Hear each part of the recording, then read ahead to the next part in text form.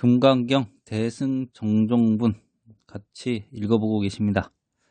대승정종분 같이 한번 다시 읽어보겠습니다. 부처님께서 수부리에게 말씀하셨다.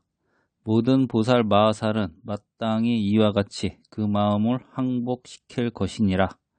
무릇 일체 중생의 종류인 알로 생긴 것, 태로 생긴 것, 습기로 생긴 것, 화하여 생긴 것, 형상이 있는 것, 형상이 없는 것, 생각이 있는 것, 생각이 없는 것, 생각이 있는 것도 생각이 없는 것도 아닌 것들을 내가 남김없이 다 부처되는 열반에 들게 하여 제도하리라 하여 이와 같이 한량없이 많은 중생을 다 제도하지만 실로 한 중생도 제도된 바가 없느니라. 왜냐하면 수부리야, 만일 중생이 나라는 생각, 남이라는 생각, 중생살이라는 생각, 오래 산다는 생각이 있으면 곧 보살이 아니기 때문이니라. 지금 이 시간부터 금강경이 가장 중요한 핵심 중에 핵심이고, 우리 중생들이 인생 문제가 금강경만 잘 이해하고 이 청담 스님의 말씀만 잘 따라오시면 다 풀리는 대문이 될 것입니다. 그러기 위해선 좀 제가 이 본문에 들어가기 전에 핵심 중에 핵심에 들어가기 전에 한번 금강경이 사구계가 있지 않습니까? 사구계를 같이 읽어보도록 하겠습니다. 지금 이 순간에 이 중요한 순간에 이 금강경 사구계를 읽는 것은 이것을 한번 들어보시고 가만히 생각해 보시고 사상의 타파, 인상, 인상, 아상, 인상, 중생상, 수자상, 사상의 타파를 읽어보시면은 더 이해가 빨리 갈 것입니다. 금강경 제1구계 범소유상 계시허망 약견 재상 비상 직견열애 무릇 형상에 있는 것은 모두 다 허망하다. 만약 모든 형상을 형상 아닌 것으로 보면 곧 열애를 보리라. 금강경 제2구계 불응주색 생심 불응주색성향 미촉법 생심 응모소주 이생기심 응당 색에 머물러 마음을 내지 말며 응당 색성향 미촉법에 머물러 마음을 내지 말 것이요 응당 머문 바 없이 그 마음을 낼지니라. 금강경 제3구계 야기 색견아 이음 성구와 시인 행사도 불능견 열애 만약 색시인으로서 나를 보거나 음성으로서 나를 구하면 이 사람은 사도를 행함이라 능히 열애를 보지 못하리라. 금강경 제4구계 일체유의법은 영몽 환포영 여로 역 여전 응작 여시관 일체의 합이 있는 법은 꿈과 같고 환상과 같고 물거품과 같으며 그림자 같고 이슬과 같고 또한 번개와 같으니라. 응당 이와 같이 관할지니라. 금강경 4구계 한글로만 된 거 다시 읽어보겠습니다. 1구계 무릇 형상에 있는 것은 모두 다 허망하다. 만약 모든 형상을 형상이 아닌 것으로 보면 곧 열애를 보리라. 제2구계 응당 색에 머물러 마음을 내지 말며 응당 성향 미촉법에 머물러서 마음을 내지 말 것이며 응당 머문 바 없이 그 마음을 낼지니라. 제3구계 만약 색시인으로서 나를 보거나 음성으로서 나를 구하면 이 사람은 사도를 행함이라 능히 열애를 보지 못하리라.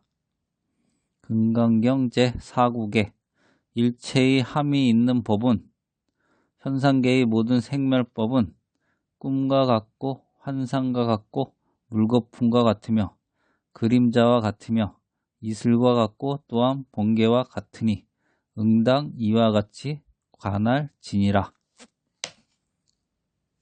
지금 읽어드린 금강경 4국에를 외우고 생활에 실천하시면 분명히 인생이 달라질 것입니다. 인생이 거의 모든 문제가 풀릴 수 있습니다. 그래서 오늘 경문 악의 영입, 무여열반, 이멸도리, 이멸도지, 여시멸도, 무량무수, 무변중생, 시무중생, 등멸도자. 한글로 해석해 보시면은 내가 남김없이 다 부처되는 열반에 들게 하여 제도하리라. 이와 같이 한량없이 많은 중생을 다 제도하지만 실로 한 중생도 제도된 바 없느니라. 해설 듣겠습니다. 이렇게 각양각색 각조금의 모든 중생의 수는 실로 무량무수이어서 한강 모래의 천만억 배나 되는 그런 모래수의 몇 억 제곱보다도 훨씬 더 많습니다. 그 많은 중생들을 악의 영입 무여열반, 내가 모두 부처님이 들어가시는 열반에 들어가도록 공부를 가르쳐 한 중생도 남김없이 부처가 되게 하고 말겠다. 보살은 이렇게 원을 세우고 그 원을 끝까지 실천하는 것입니다.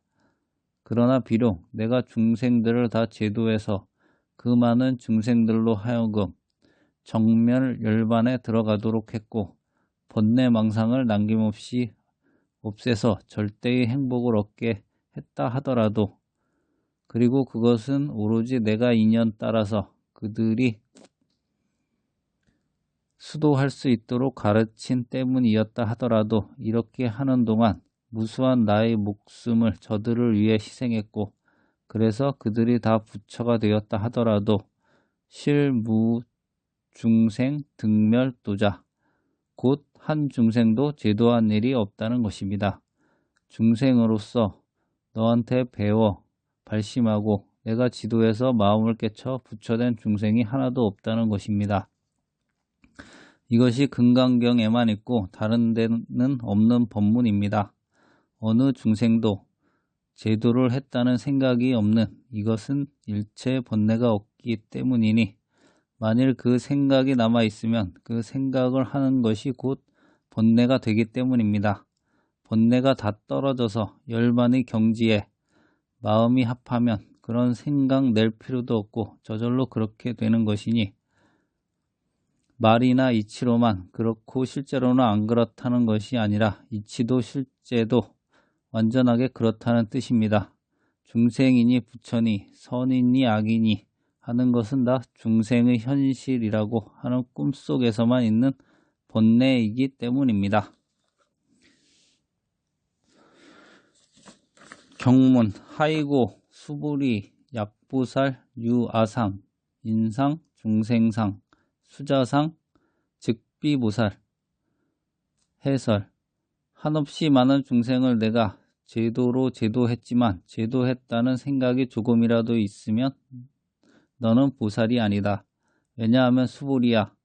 만일 보살이 내가 모든 중생을 제도했다는 생각이 있기만 하면 이것은 곧 아상이 되고 인상, 중생상이 되고 수자상이 되는 때문이다. 라는 부처님의 말씀이 이어서 나옵니다. 여기 아상, 인상, 중생상, 수자상은 금강경에서 중요한 대문이니 역시 이것을 바로 알면 마음을 깨칩니다. 내가 착한 일을 했다는 생각, 그것도 아상이 됩니다. 나라는 것을 인정하고 나면 아무 딴 조건 없어도 이것이 주관이 되어 다른 사람을 인정하게 되고 무정, 유정 등 온갖 객관이 있게 됩니다. 객관을 전제로 인식하는 것, 이것이 인상입니다. 더욱더 단도직입적으로 말하면 나는 육체를 가지고 있다. 육체가 나다 라고 하는 그 나라고 하는 생각, 그것이 아상이고 또 나 아닌 모든 것, 현상계, 객관, 공산주의도 자본주의도 허공도 다 나는 아닙니다. 이것이 인상입니다. 중생상이란 결혼해야겠다. 돈을 벌어 살림살이 장만해서 아들, 딸 대학까지 졸업시켜야겠다. 우리도 남들처럼 뭣도 하고 뭣도 해야겠다 하여 모든 살림살이를 차리는 것이 중생상입니다. 장가 가려면 부잣집 딸한테 가서 처갓집 덕을 좀 봐야겠다. 부잣집 총각한테 시집가서 호강 좀 해야겠다 하는 등의 이런 생각을 내는 게 다 중생상입니다. 다시 말하면 중생살림살이에 대한 번뇌망상을 중생상이라 합니다. 수자상이란 남도 70, 80 사는데 나도 적어도 70, 80은 살겠지.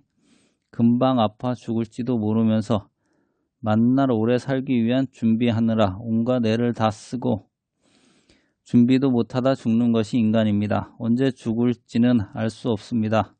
술 먹은 깡패에게 맞아 죽을지 마누라하고 싸우다 죽을지 알 수 없는 것이 인생인데 70, 80 나도 살거니 안심하고 삽니다. 또 70, 80 살았다 해서 만족하냐 하면 그렇지 못하고 몇억 만년 살고 싶은 것입니다. 그래서 병이 들어서 곧 죽게 되었을 적에 이 약 먹어야 산다고 하면 쓴 약을 자꾸 받아 먹습니다. 이것이 삶에 대한 애착이고 수자상입니다. 산삼을 보면 한 뿌리 사 먹었으면 해서 침 안 삼키는 사람 없습니다.